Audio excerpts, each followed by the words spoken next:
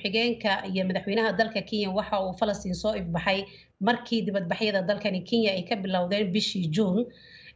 kaasoo marba markii ka dambeysay isa soo tarayay sidoo kale khilaafka iyo madaxweyne ku-xigeenka u dhaxeeyay waxa uu sii xoogaystay markii hogaamiyaha isbahaysiga mucaaradka Raila Odinga uu madaxweynaha dalkani uu wada hadal la galay isla markaana ay isu dhinac istaageen sidii loo badbaadin lahaa dalka oo looga badbaadin lahaa kacdoonka dhalinyarada ay wadeen markaas wixii ka dambeeyaba waxa soo ifbaxayay khilaafka oo marba marka ka dambeysay sii xoogaysanayay laakiin lama ogo waxa rasmiga ah oo sida dhabta ay isku hayaan marka la fiiriyo hadda motionka waxa keenay xildhibaano madaxweynaha malaha ku fakara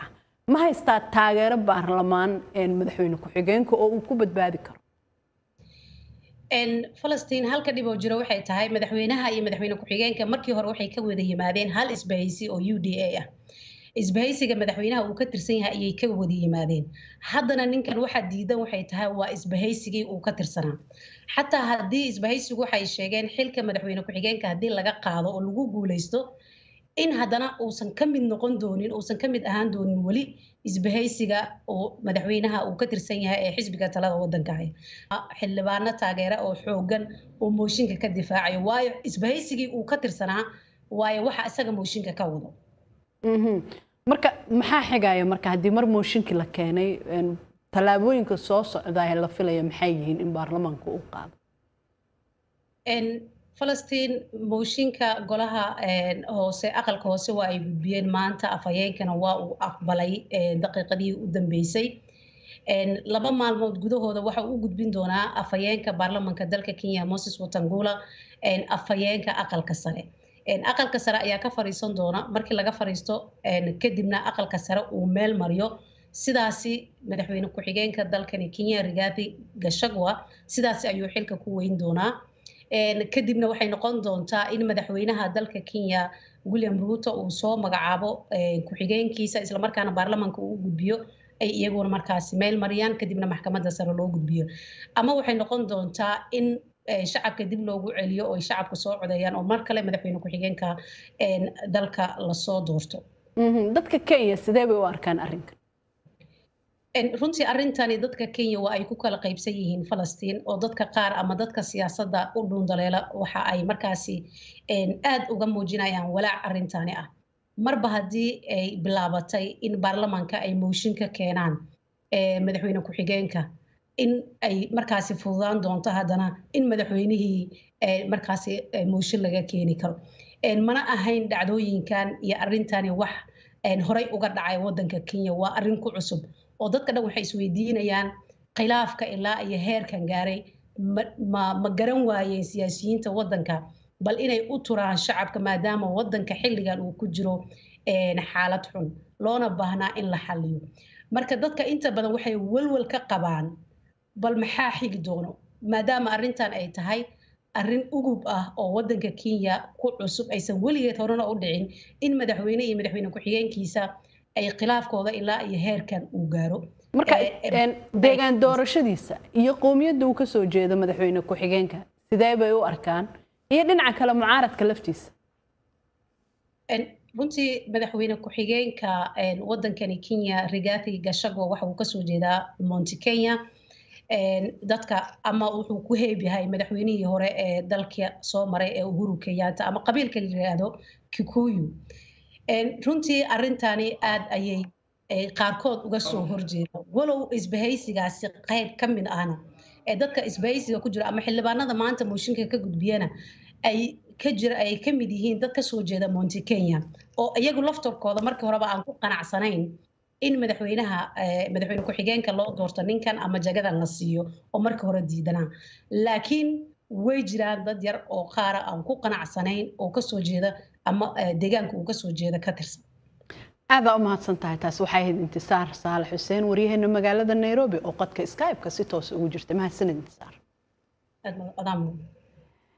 shaqaalaha dekedaha gobolada Maine ilaa Texas ee dalkan Mareykanka ayaa bilaabay shaqo joojin maanta oo Talaado ah iyagoo saluugsan mushaarka iyo adeegsiga qalabka fududeeya howlaha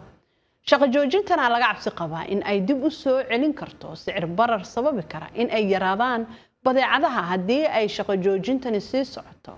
wax ka badan dhowr toddobaad. qandaraaska u dhaxeeya dekadahan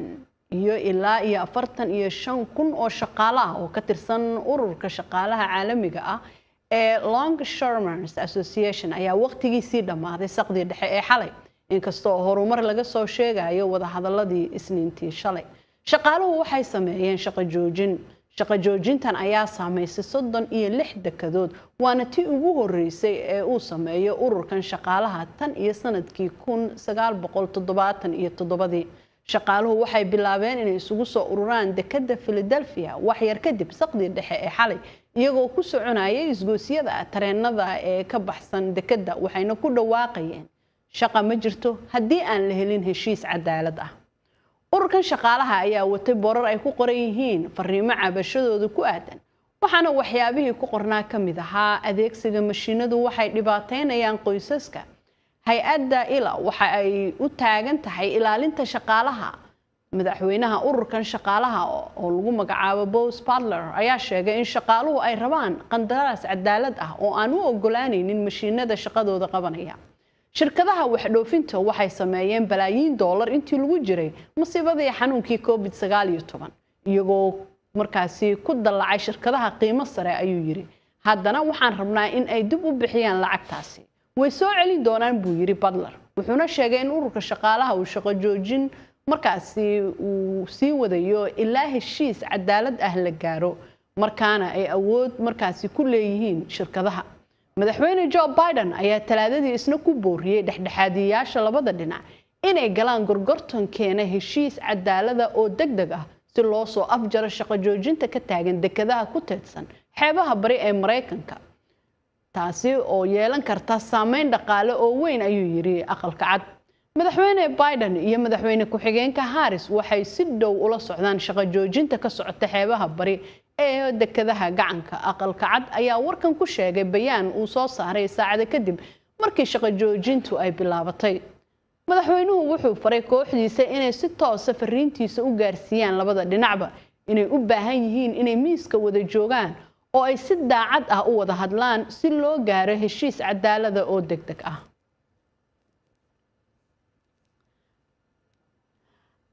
waxaa dood xiiso leh ay dhex mari doontaa labada musharax ee u tartamaya